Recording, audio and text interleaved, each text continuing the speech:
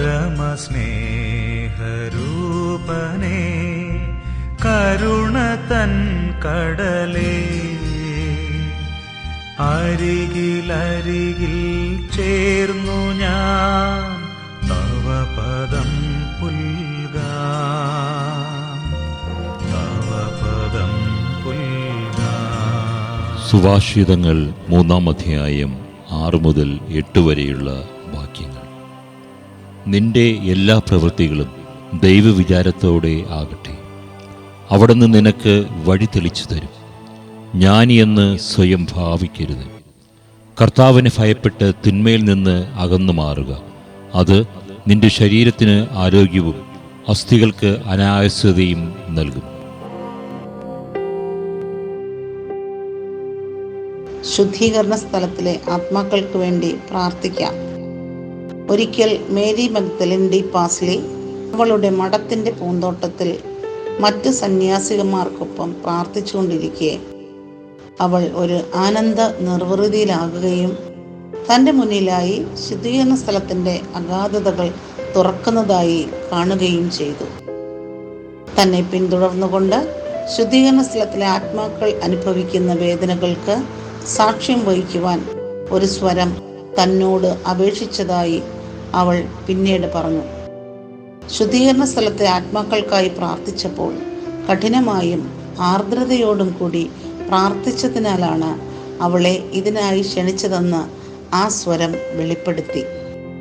വരാം, ഞാൻ വരാം എന്ന് അവൾ പറയുന്നത് മറ്റുള്ള കന്യാസ്ത്രീകൾ കേൾക്കുകയും ചെയ്തു. വിചിന്തനം: നിങ്ങളുടെ പ്രാർത്ഥനകളുടെ ഫലങ്ങൾ ശുദ്ധീകരണ സ്ഥലത്തെ വിശക്കുന്ന ആത്മാക്കൾക്കായി നൽകുക. പ്രാർത്ഥന. നിത്യപിതാവേ, അവിടുത്തെ പ്രിയപുത്രനും ഞങ്ങളുടെ ഏക കർത്താവുമായ യേശുക്രിസ്തുവിന്റെ തിരുരക്തം ഇന്ന് ലോകമെമ്പാടും അർപ്പിക്കപ്പെടുന്ന ദിവ്യബലികളോട് ചേർത്ത് ശുദ്ധീകരണ സ്ഥലത്തിലെ എല്ലാ ശുദ്ധാത്മാക്കൾക്കു വേണ്ടിയും ലോകം മുഴുവനിലുമുള്ള എല്ലാ പാപികൾക്കു വേണ്ടിയും തിരുസഭയിലുള്ള എല്ലാ പാപികൾക്കു വേണ്ടിയും എൻ്റെ കുടുംബത്തിലും തലമുറകളിലുള്ളവർക്ക് വേണ്ടിയും ഞാൻ കാഴ്ചവെക്കുന്നു. പ്രിയ ദൈവജനമേ, ശുദ്ധീകരണ സ്ഥലത്തെ ആത്മാക്കളുടെ പ്രാർത്ഥനയുമായി നമ്മൾ 17 ദിനങ്ങൾ പിന്നിടുന്നു. സകല ക്രൈസ്തവർക്കും ദൈവം ഏക പിതാവും യേശു മിശിഹ ഏക രക്ഷിതാവും പരിശുദ്ധ മറിയം ഏക മാതാവും ജ്ഞാനസ്നാനം ഏക ആത്മീയ മുദ്രയും തിരുസഭ ഏക തൊഴുത്തും മോക്ഷഭാഗ്യം ഏക ലക്ഷ്യവുമായിരിക്കുന്നതിനാൽ എല്ലാവരും ഏക കുടുംബാംഗങ്ങളും ഏക ശരീരവും ഏക ആത്മാവും പോലെയാണ് ഇരിക്കുന്നത്.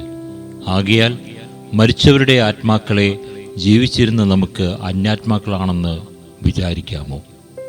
അവരെ സഹായിക്കാതെ വിട്ട് ഉപേക്ഷിക്കാമോ?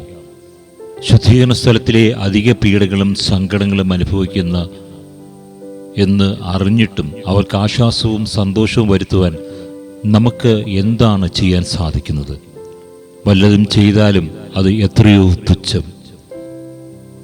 നാം വസിക്കുന്ന വീടും അനുഭവിക്കുന്ന വസ്തുക്കളും അവരുടേതാകിയാൽ അവയൊക്കെ മരിച്ച ഇവരുടെ നാമത്തെയും നിങ്ങൾക്കുള്ള കടമയെയും രാവും പകലും ഇടവിടാതെ നമ്മളെ ഓർമ്മപ്പെടുത്തുന്നില്ലയോ?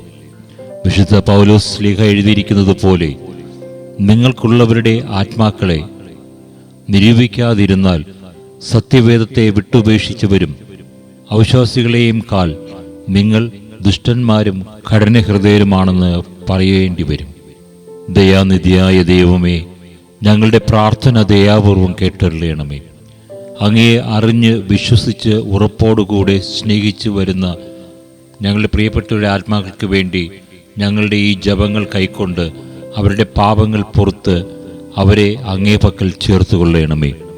മരിച്ച വിശ്വാസികളുടെ ആത്മാക്കൾക്ക് തമ്പുരാന്റെ മനോഗുണത്താൽ മോക്ഷത്തിൽ ചേരുവാൻ ഇടയുണ്ടായിരിക്കട്ടെ. നിത്യപിതാവേ, ഈശോ മിശിഹ കർത്താവിൻ്റെ വിലമതിയാത്ത തിരിച്ചോരെക്കുറിച്ച് മരിച്ച വിശ്വാസികളുടെ മേൽ കൃപയായിരിക്കണമേ. ആമേൻ.